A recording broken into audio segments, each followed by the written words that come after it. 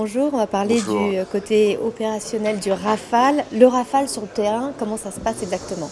Alors ça se passe très bien parce que maintenant, depuis quelques années, le Rafale il est employé à pleine capacité sur les théâtres des opérations extérieures. Donc il vole et il est complètement opérationnel et à pleine maturité dans toute sa gamme de missions. Et alors le Rafale, il est omni-rôle. Est-ce que vous pouvez parler de ces différentes missions justement en opération? Alors en fait, Omnirole, ça veut dire qu'il est capable de faire vraiment le spectre des besoins opérationnels. Donc ça commence par la reconnaissance, le recueil d'informations, qui est le nerf de la guerre. Ensuite, il va frapper en profondeur quand il y a besoin pour les missions de bombardement ciblées avec son armement laser ou GPS.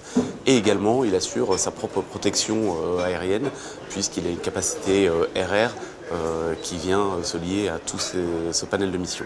Alors les missions, c'est des missions à profil assez standard pour nous, entre guillemets, c'est-à-dire que c'est décollage d'une base mère ou fille, donc ça peut très bien être la base de Saint-Dizier en France comme les bases projetées actuellement. C'est rejointe de la zone d'opération, c'est-à-dire qu'à ce moment-là, on sort du trafic civil et des régulations civiles pour pouvoir accomplir la mission qui nous a été désignée. C'est ensuite le retour par les mêmes voies aériennes et le poser sur la base.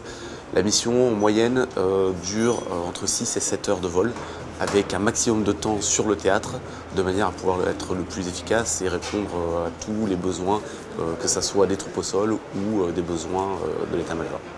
Benoît Dussauger, bonjour. Bonjour. Est-ce que le fait que le Rafale soit utilisé en mission opérationnelle aujourd'hui joue un rôle sur l'export? Bien évidemment, un avion de combat est fait pour faire du combat.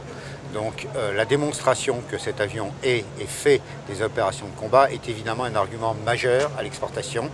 Et l'armée de l'air française, mais je pense que d'autres vous donneront des détails sur ces opérations, a fait des opérations extérieures avec les succès que nous connaissons, avec les performances que nous connaissons. Il est évident que cet argument et ce constat ont été dans les motivations de nos clients exportation pour choisir ce Rafale. Et je dirais maintenant qu'on va au-delà de combat de Proven par l'utilisation de l'armée de l'air française, puisqu'un de nos clients, et c'est l'Égypte, a utilisé elle aussi le Rafale pour faire des opérations extérieures et si mes informations sont correctes, à la plus grande satisfaction du client.